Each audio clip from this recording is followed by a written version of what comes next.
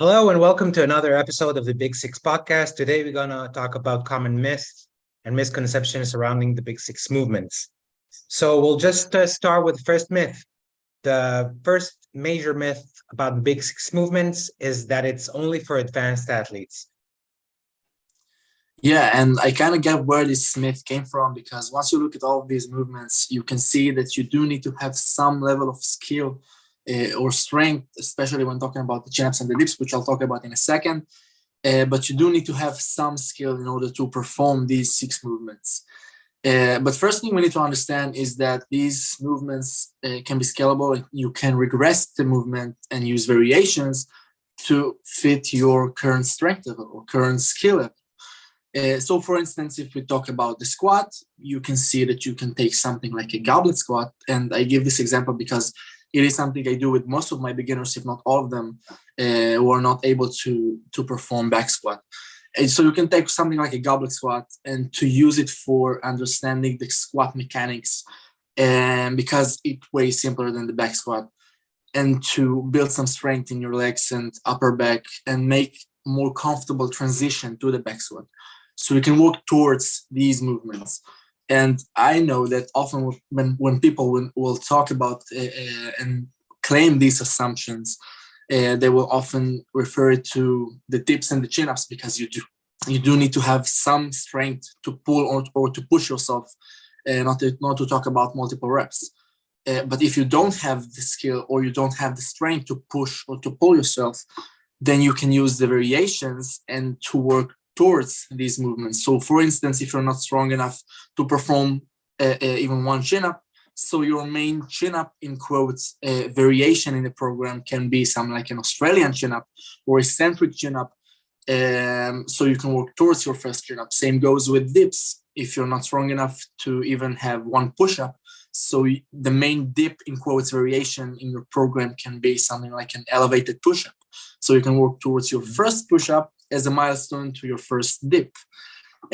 So yeah, some people ask me if they need to be advanced in order to follow a Big Six program. So no, you don't have to be advanced. You even can follow a Big Six program without having any of the six movements in your program, but only variations that can suit your current strength level. If we were that strict about these exact movements, we would limit a lot of people who wants to train that way but are not capable. So that is my response about these myths. What are your thoughts about it, Rami? Yeah, so I'll just add that our goal or our aim is to help individuals to become the strongest they can possibly be in the Big Six movements. But if you're a beginner or you don't have dips and pull-ups, or you need to work in order to even do a barbell, an empty barbell squat, then all of the movements are regressible and they can be adaptable based on the individual needs. Yeah. So first myth debunked. Let's move on to our next myth for today, which is that these movements, the big movements, especially the Big Six movements, can be dangerous. And we all know these sayings like squatting is bad for your knees, deadlift is bad for your back. If you do dips, then your shoulders will pop out, and all these nice things. So I would like to hear your response about it.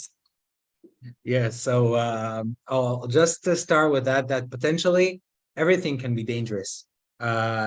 Movement and everything else in life. So it basically comes to individualization and progressive overload, meaning that if you progressively increase weight or reps or number of sets and or increase the requirement of the movement, then it's I'll say it's safer. You can never be too safe, but if you do it, I'll say correctly, then your body can adapt and become stronger and more resilient. And that, of course, is the end goal of the Big Six movements and in general in training.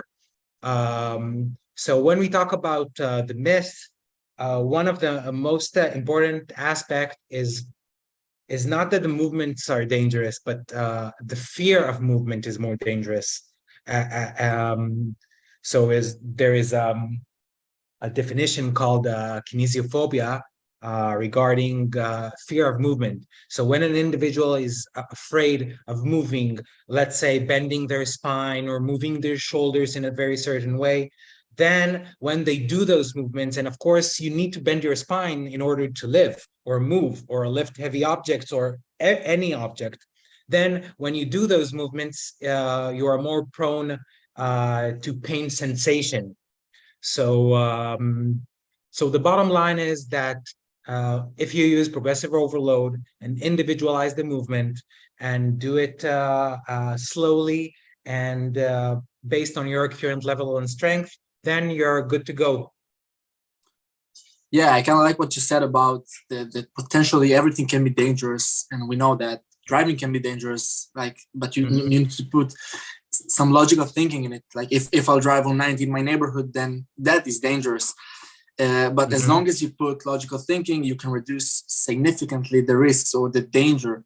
That doesn't mean that you won't have some risk, because you have, but the benefits worth the risk. The benefits of getting stronger and being healthier, definitely worth the risk. And of course, the things you said about kinesiophobia or the nocebo effect, you name it, that is your field as a sports psychologist.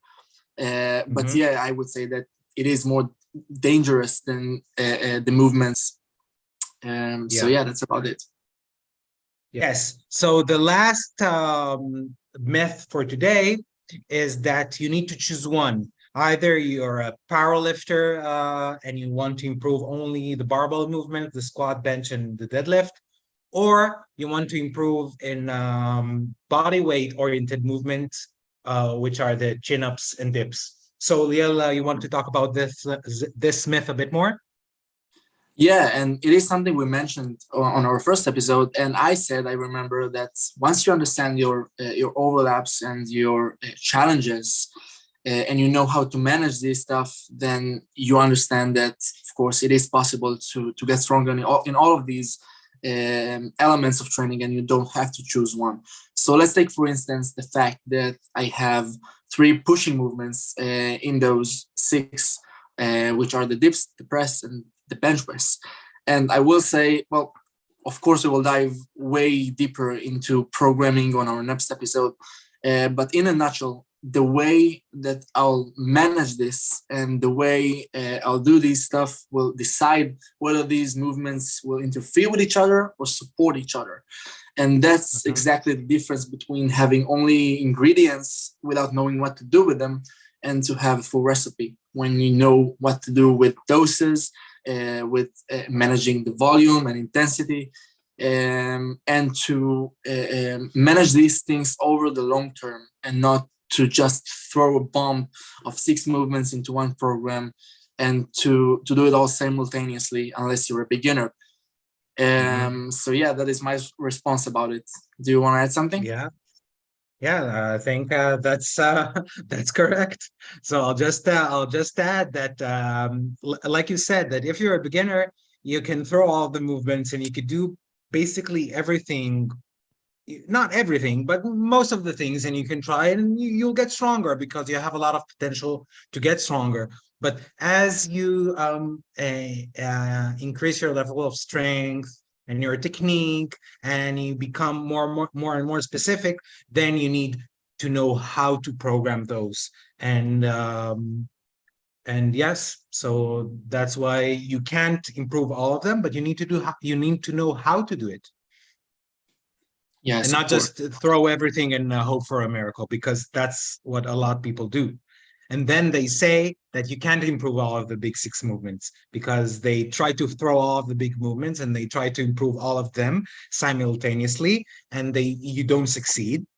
And then you say it's not possible. It is possible, but it needs programming considerations in order to improve them.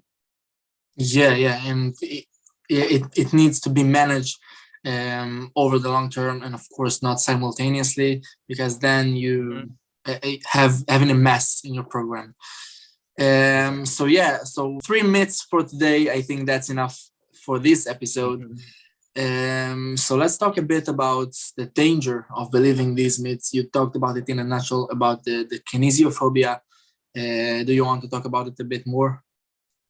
Yes. So if you buy into this myths, then paradoxically it can lead to improper technique because you're afraid of moving and then you're not moving.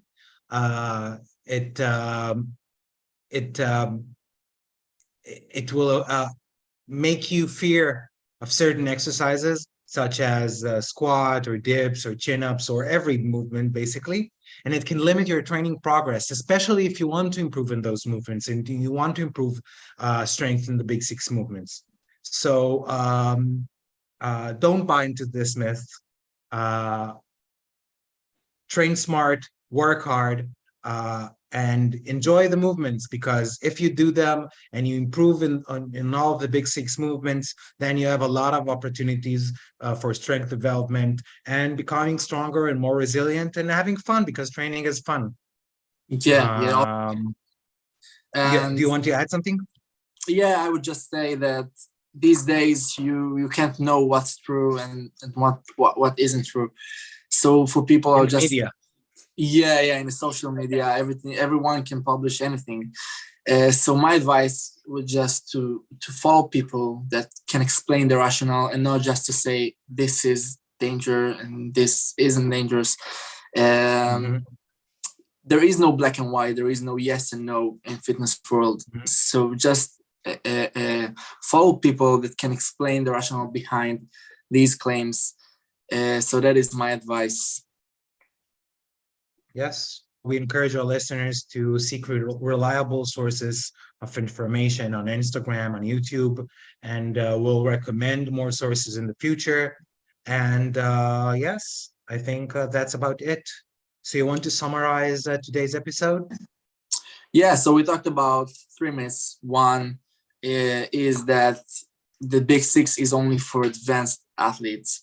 The second one was that these movements are dangerous. And the third one is that you need to choose one element of training, either powerlifting, calisthenics, but one thing, and to try and progress it.